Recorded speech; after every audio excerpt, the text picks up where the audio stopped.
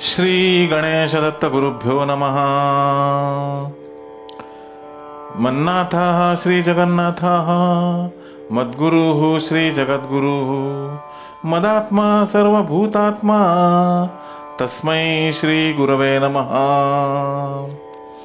परमपूज्य सद्गुरू श्री रामकृष्ण क्षीरसागर स्वामींना वंदन करून संघटित सत्संग मंडळांच्या या गुरुकार्यातील मोहिमेमधल्या 1051व्या भागाचं मी पठण करीत आहे।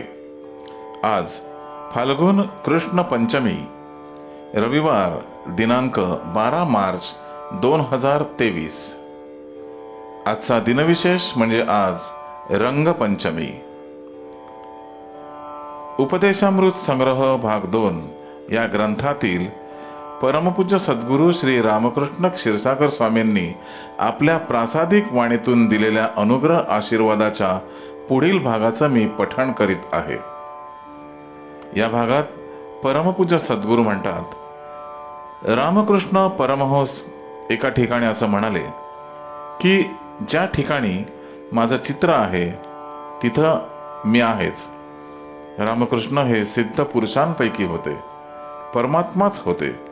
मला त्यांच्या शब्दांची आज आठवण का झाली तर तुमच्याही घरी हे चित्र आहेच।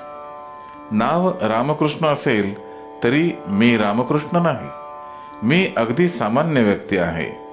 तर हे चित्र डोळ्यासमोर ठेवून प्रार्थना करीत जा आणि अनुभवाला येते की नाही ते पुढच्या वर्षी सांगा। तोपर्यंत सांगण्याची सुद्धा गरज नाही, हे सिद्ध आहे, ते अनुभवाला येतेच।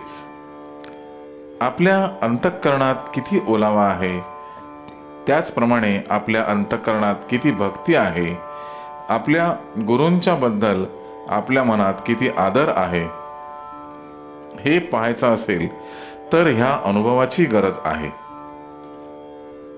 मात्र असं करू नका की अगदी गरज लागेल त्याच वेळेस त्या फोटोच्या समोर जाणं, तोपर्यंत काही आवश्यकता नाही अशी कल्पना सुद्धा मनात आणू नका।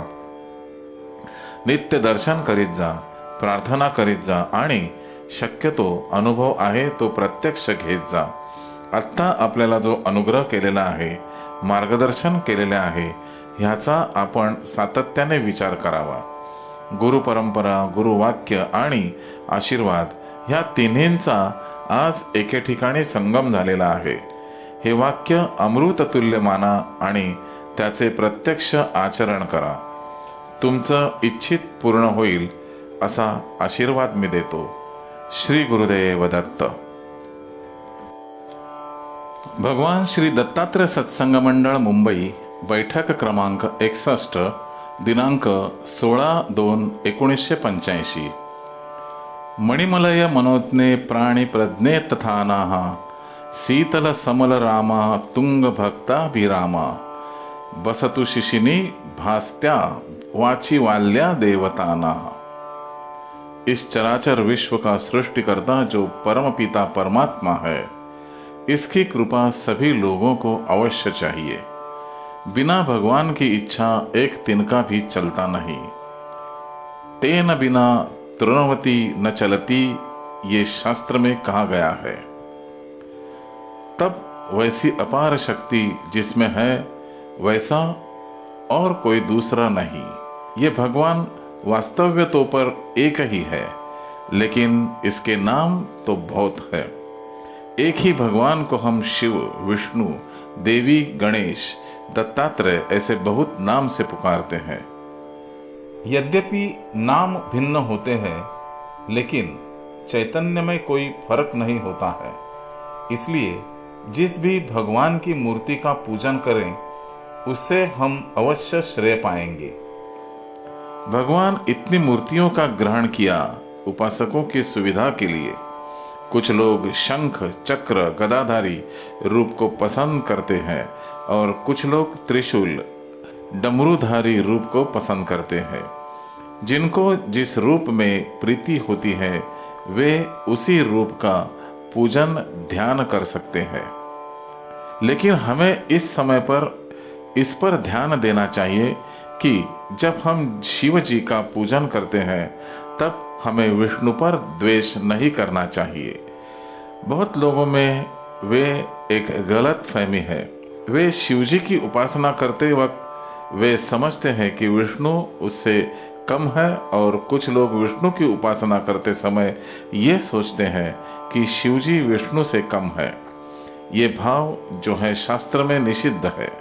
शिव और विष्णु इन दोनों में जब चैतन्य में कुछ भी फर्क नहीं है, तब न्यून और अधिक भाव कैसे आ जाएगा। आप दफ्तर में जब काम करते हैं तब आप अफसर कहलाते हैं। जब आप अपने पुत्र से बात करते हैं, वह आपको पिताजी कहकर पुकारता है।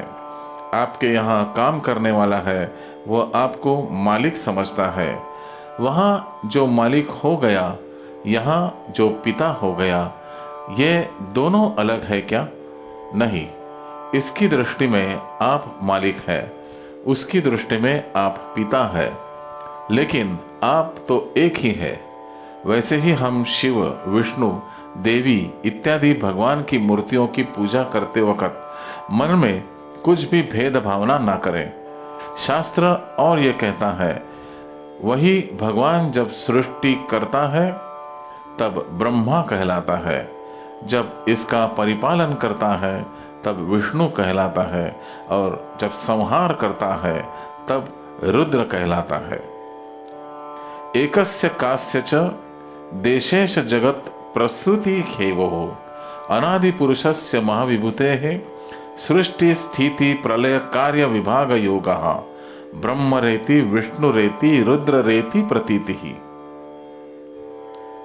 एकस्य एक ही चैतन्य अशेष जगत प्रसृति हेवो हो, सारे संसार की सृष्टि स्थिति संहार कर्ता परम कारण परम पिता परमात्मा अनादि पुरुषस्य, जिसकी उत्पत्ति या विनाश नहीं है, महाविभूते है सकल ऐश्वर्य संपन्न जो है, उसको उत्पत्त सृष्टि स्थिति प्रलय कार्य विभाग योग सृष्टि परिपालन और संहार इन कार्यों से भेद से नाम में भेद आ गया, चैतन्य में भेद नहीं।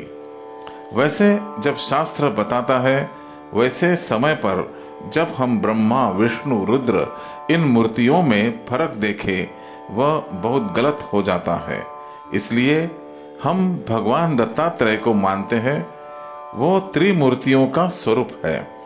हमारे मन में ब्रह्मा विष्णु रुद्र इन तीनों में भेद बुद्धि न आवे, इसलिए हम दत्तात्रेय की उपासना करते हैं, क्योंकि वह त्रिमूर्ति आत्मत ऐसा जो शास्त्र सिद्धांत है, इसको हमें ठीक तरह से समझना चाहिए और उनका आचरण करना चाहिए। हम सभी लोगों की ये परंपरा है कि रामनवमी के दिन में भगवान श्री रामचंद्र जी का पूजन करते हैं, और कृष्णाष्टमी भगवान श्री कृष्ण चंद्र का पूजन करते हैं, और देवी नवरात्र के पर्व पर जगदम्बा माता की पूजा करते हैं, और शिवरात्रि के दिन में 24 घंटे भगवान शिवजी का अभिषेक करते हैं। ये हमारी परंपरा है और हमें क्या सिखाती है? तुम्हें इन मूर्तियों में कुछ भी भेद भावना न रहे, इसी तो ये परंपरा हमें सिखानी है। इसलिए इसका तत्व हमें ठीक समझना चाहिए और ये ही आचरण करके अपना जीवन सार्थक करना चाहिए। हर एक आदमी का जीवन धर्म आचरणा से ही सार्थक हो जाता है। जिसके जीवन में धर्म आचरण होता नहीं, उसका जीवन कैसे ही सार्थक होगा नहीं। वेद उसे ठीक बताते हैं, धर्मो विश्वरूप जगताः प्रतिष्ठाः। गुरु बंधू आणि भगिनींनो, या पुढील आशीर्वादासाठी पुन्हा भेटूया उद्या सकाळी 6 वाजता।